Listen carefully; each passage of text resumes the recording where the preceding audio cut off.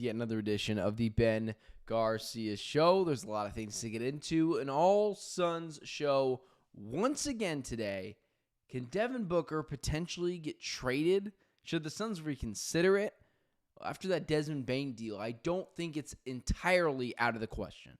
Plus, Kevin Durant, the trade rumors are just starting to go everywhere.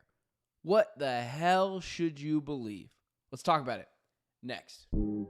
The Ben Garcia Show. Yeah. Woo. Best show in the land. Yup. Listen. Come and get your information from Ben Garcia. Get the latest on your quarterback, running backs, and receivers. Tune in, so any other show you don't need them. Any news that he giving out, please just believe him. Giving out the latest prediction and top-notch analysis. Wanna hear the truth, better have thick skin like calluses. The latest move that your team just made can be damaging. The dudes ain't speaking no facts, they just be rambling. Lights, camera, action, turn on the show. Go get the cameraman. Yeah. Lights, camera, action, turn on the show. Go get the cameraman. The Ben Garcia Show. What is up, guys? Welcome into yet another edition of the Ben Garcia Show. Thank you so much for making me a part of your day. Don't forget to like, share, subscribe, potentially even tell a friend about the Ben Garcia Show. But there's a lot of things to get into, so go ahead, as well as my social media has been popping off recently. I've been trying to get to all you guys, but you guys have made it a supernatural experience going on social media, whether it's on Twitter or TikTok. You guys are always blowing it up. So follow me on all social media platforms at Ben Garcia Show on Instagram, Twitter, YouTube, TikTok, whatever it is. If it's on a social media platform, I am there. Appreciate you guys making me a part of your day. Don't forget to like, share, subscribe, potentially even tell a friend about the Ben Garcia Show. And that's all of the plugging I have to do, because there's some real things to get into this morning. And take your pick. What do you want to start off with? Kevin Durant potentially getting traded, Demond Bane, and Devin Booker. How does that affect the market? You know what? Let's go there. So I've been vehemently against trading Devin Booker. And honestly, not much has changed when it comes to that sort of topic, because I don't just want to trade Devin Booker. I like Devin Booker. Devin Booker is potentially the greatest Phoenix Suns player of all time. I know some people just hop on and say immediately he is, but Steve Nash won 2 MVPs. You know, Kevin Johnson was really good. Charles Barkley won an MVP. Like, Booker's not far away from those guys, and if he stays here for a long time, he's going to dwarf those guys.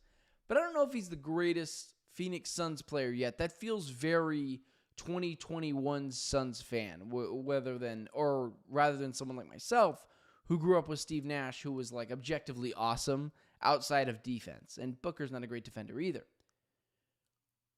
But I got to tell you, seeing that Demond Bane package on Sunday, all you could think to yourself was, damn, what could Devin Booker go for? I mean, you see that Demond Bane package on Sunday, and you say, well, what is Devin Booker worth? And then you think to yourself, well, should the Suns reconsider a Devin Booker trade? No one wants to trade Devin Booker, and that's not what I'm advocating for. All I'm doing is pointing out what you could potentially get for Devin Booker. Because Rudy Gobert went for 5 first-round picks, 4 first-round picks, and a pick swap. Demond Bane went for 4 first-round picks and a pick swap. And Devin Booker is miles better than both those guys. Booker is, at his best, the best number 2 in the NBA. Demond Bane's probably a high 3. Gobert as well, high 3. There's not a ton of worry for me that the Suns rebuild is going to take a decade. Unless Matt Ishbia is just hell-bent on trading all the picks that they have for players so that they can at least be a playoff team and just be the modern-day basketball version of the Pittsburgh Steelers, where they win a lot of games, where they make the playoffs, but they never have a chance of actually being a threat in the playoffs year in and year out. Reconsidering trading Devin Booker should be on the table. Even if I don't want to trade Devin Booker, even if the Suns don't want to trade Devin Booker. But you look at the Desmond Bane package, 4 first-round picks and a pick swap, plus Kentavious Caldwell-Pope. That is a haul for the Memphis Grizzlies. And I get why the Orlando Magic did it. People will sometimes go after the Magic because they gave up a lot in that deal for Desmond Bane. But my response is, what else were you supposed to do? It's Orlando. When was the last time Orlando had a big market player come to them and choose Orlando? Shaq left. McGrady was traded away. They haven't had a star pick Orlando in ever, really. Dwight Howard was drafted there. Shaq was drafted there. McGrady, if I'm not mistaken, was drafted there. They have no ability to go get a big-name player. They have to swing for the fences. So, I get it if you're an Orlando Magic fan, if you're a part of the Orlando Magic organization. You have to swing for the fences when it comes to big-name players because they needed someone that can add to that team's ability to score. Paolo Banchero, Franz Wagner, good players and fine defenders. Paolo probably even more so than Franz. But that team, without a shadow of a doubt, needs more scoring. That's what they went out and got Kentavious Caldwell-Pope for. But he didn't stand up to that task. Kind of an expensive three-point shooter, not the same defender he used to be. So I get it from an Orlando Magic perspective. But if you're a Suns fan, you have no problem attracting free agents. The Suns were an awful organization in November, and Jimmy Butler still wanted to come to Phoenix. Partially because he knew the Suns would have paid him, but also because who doesn't want to be in Phoenix in a winter sport? That's why Kevin Durant doesn't want to go to Minnesota. I've been to Minnesota in December. It is so cold, it hurts. So I get it if you're a Magic fan. But if you're a Suns fan, if you're a part of the Phoenix Suns organization, if you see that Desmond Bane deal, 4 first-round picks, a pick swap, and Kentavious Caldwell-Pope, I don't know how you don't reconsider trading Devin Booker. Even if you really don't want to. Even if I don't want to. And I don't want to. He's the franchise cornerstone. But if Desmond Bane is worth that, all I can think about is what is Devin Booker worth? And the Suns should still keep Devin Booker around for another year. But then you run the chance of Giannis getting traded next year and potentially affecting the package that Devin Booker could fetch because teams are too busy going after Giannis. But when Suns fans say trade Devin Booker, I don't think they're insane because it is practical. But for the amount of picks that they got back and the amount of assets the Memphis Grizzlies got back, and that's just Desmond Bane. He's a good player, a fringe all-star player, a 25-5 player almost. Almost a 50-40-90 player, actually. Like, that's how efficient he was this year. Not super close, but not insane. I don't know how you don't think about or reconsider trading Devin Booker. You could restart your franchise yesterday. It would just all be up to Matt Ishbia to be willing to be the guy that finally hits the reset button. Now, you're probably not trading Devin Booker this year. You're probably giving it another year. Because let's say you do the trade with the Rockets and you get Eason and Jabari Smith and the 10 pick and you hit on the 10 pick. You're like, well, okay, this team showed some promise this year. They won 42 games. They were the 6th seed or whatever, right? They won 45 games in a down year in the West. They were the 6th seed or they made the play-in tournament, and they were frisky and they were fun. Then you don't trade Devin Booker because then you have assets. You have the ability to lure free agents or big-name players to Phoenix. I think it would be a mistake to trade Devin Booker this year for all those reasons. Let's see how it pans out for one season post Kevin Durant trade. Because there is a world where they get the right role players back, they get the right picks back, and Devin Booker leads a team to a 6 seed or a play-in team that makes the playoffs and gives a 1 or 2 seed a very small run for their money. But if you don't think the Suns front office isn't seeing that haul back for Desmond Bane and saying to themselves, well, what is Devin Booker worth? 8 first-round picks? 7 first-round picks? 6 first-round picks and a bunch of pick swaps plus a player or 2? That is not out of the ordinary. So I get it. I love Devin Booker too. Dude's awesome, but he's better than Desmond Bane. I don't think it's particularly close. We've seen Devin Booker have back-to-back 40-point games in the finals. So I get not trading him. I get falling in love with Booker. But seeing that Desmond Bane trade, all you can think about is, wow, the Suns, if it ever comes to it, are going to get a massive haul for Devin Booker. And I see my guy King Bry in the chat. In all fairness, Magic got fleeced on that trade. I disagree. I just wholeheartedly disagree. And I mentioned this a second ago. What was the last big free agent, like a free agent as big as Desmond Bane went to Orlando? They have to overpay to bring stars there. It isn't Phoenix. It's a small market. No one has chosen to go there in the last ever. And they had to go get a player. And they needed scoring. Paolo Banchero, I like the trade if you're the Magic. Because Paolo Banchero has to be a more efficient and more consistent scorer. And same with Franz Wagner. Desmond Bane is that scorer.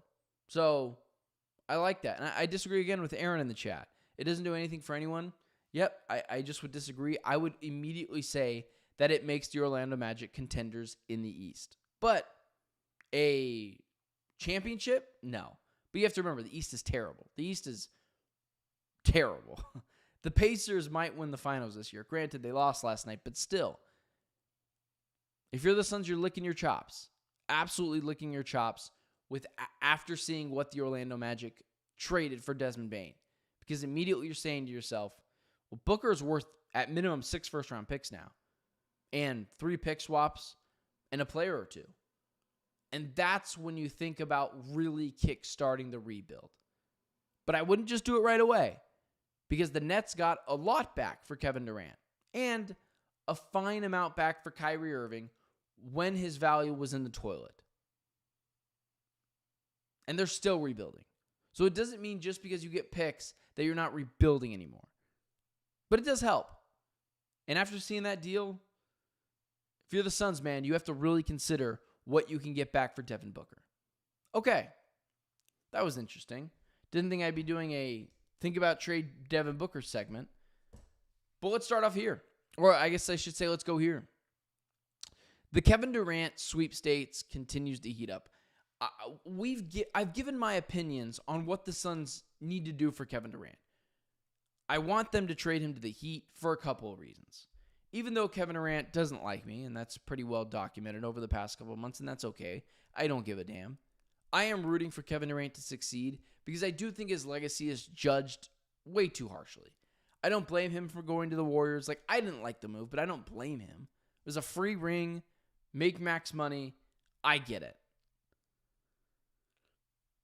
So if I were trading Durant, what would satisfy my needs is I do want Durant to go somewhere where I think he can win and be a good player.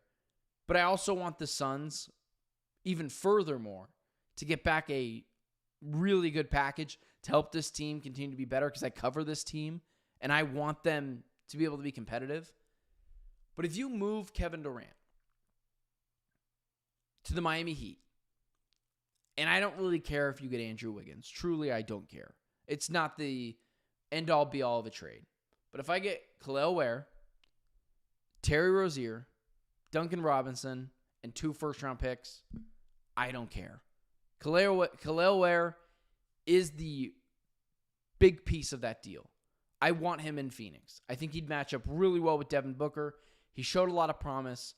And then if you use a first-round pick this year and you nail that pick, you're talking about a young core again of Oso, Ryan Dunn, Kel'el Ware, and Mr. Mystery pick in this draft. But you have to hit on that pick too. Duncan Robinson, don't care. Andrew Wiggins, sure, do I want Wiggins here? I'll take him. Fine defender, fine player, in the nth degree, just a fine player. He can help you right now, keep you afloat. But I want Kel'el Ware. And if you have to take either Ware or Wiggins, I'll take Ware. I don't really have that much of an interest to compete this year because I don't think the Suns are going to compete. But let's make sense of some of the Suns reporting. First off, for the 13, 14 people I think in the chat this morning, here's what I'll say. No one, I think, knows exactly what's going on. So when you hear Gambo yesterday talk about the Heat are unlikely, and then him immediately changing his wording on that, this is not me coming after Gambo. I know people like to call other people mouthpieces. This is how the media works. Gambo gets a scoop. Gambo puts it out to the public. Gambo understands that it's leverage.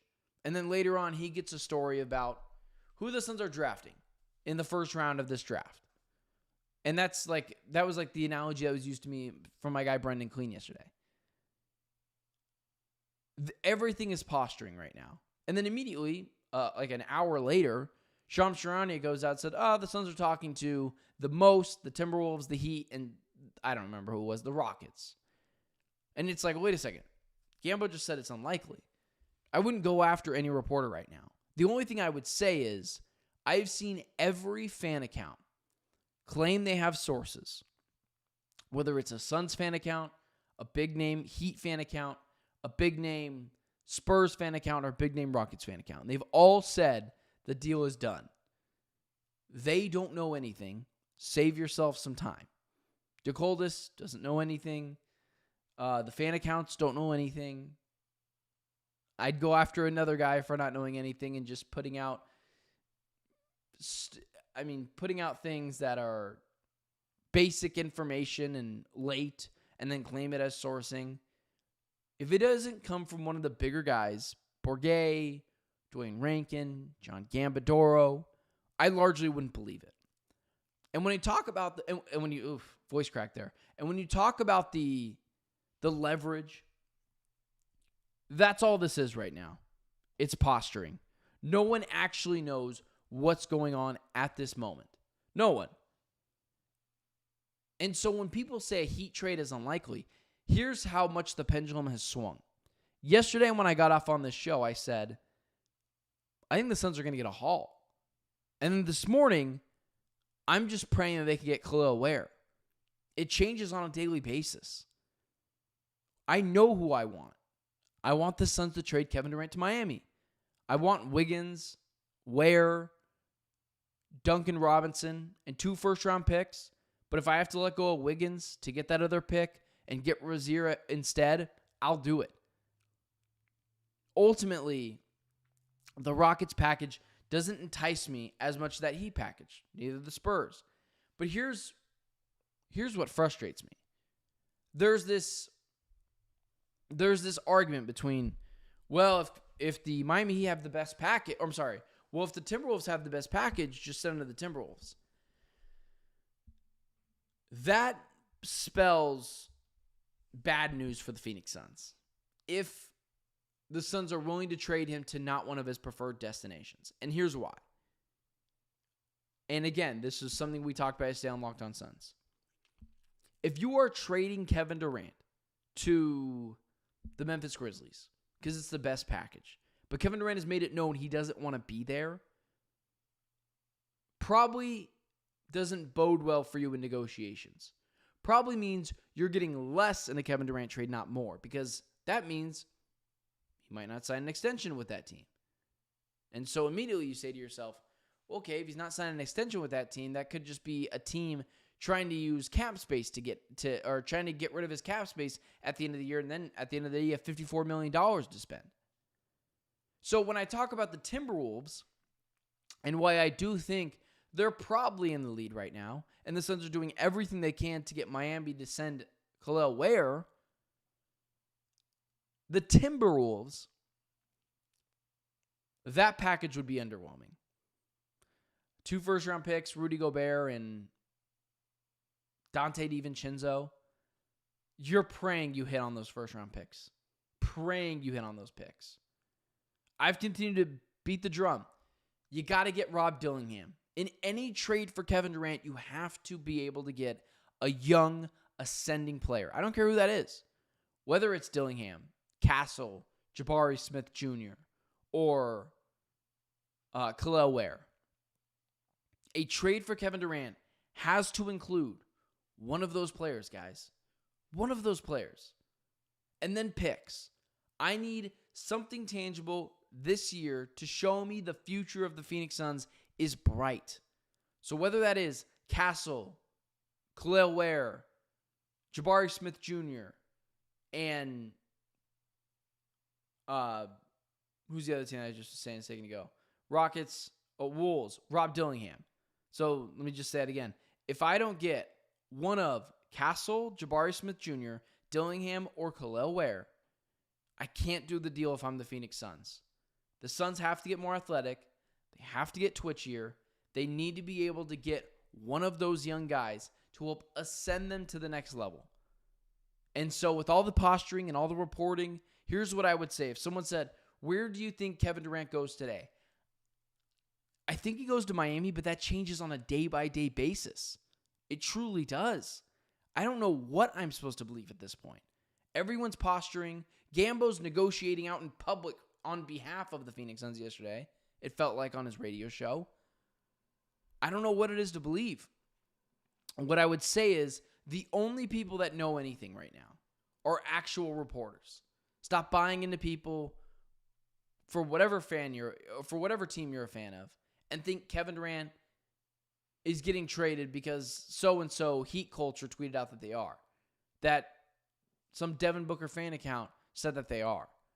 No one knows anything right now. And what I would say is the Suns are doing everything they can through Gambo, through Shams, through whatever reporter that will take the story. Telling teams their offers are not good enough, and they will. They'll send them to Zimbabwe if they have to get the best deal. Zimbabwe in this instance being the Minnesota Timberwolves. But right now, if I were to guess what the Timberwolves are offering the Suns, it's probably Gobert, DiVincenzo, a first, maybe 2. And that's because Kevin Durant doesn't want to go there. So the Timberwolves aren't going to offer you more than you think. They're going to offer you less than they think. So when bleep hits the fan, San Antonio's or the Suns, I'm starting to worry, might get less than you think for Kevin Durant. But honestly, I don't know. Last night, or after the show, I got off with you guys, and I said, I think they're going to get more than you think, not less. And now today, I'm like, oh man, are they going to get anything? Is it just going to be a pick or two and tell you to shut up and go play with your Terry Rozier doll? Like, it's tough, guys. It's tough. I would say hold firm, keep the faith. No one knows anything. And I think a deal is starting to come to a close. Because I think the Suns want to be done with this as soon as possible and don't want to take longer with this. So with that being said, guys, I appreciate you guys being here. I am live every morning at 7 a.m., 10 a.m. Eastern Standard Time. Sometimes we run a little late. Sometimes it's 7:05 a.m. or 7:10 a.m. But that's why I scheduled the show for 7:15 a.m. Eastern Standard. Or that's why I scheduled the show for 7:15 a.m. Arizona time, 10:15 a.m. Eastern Standard Time.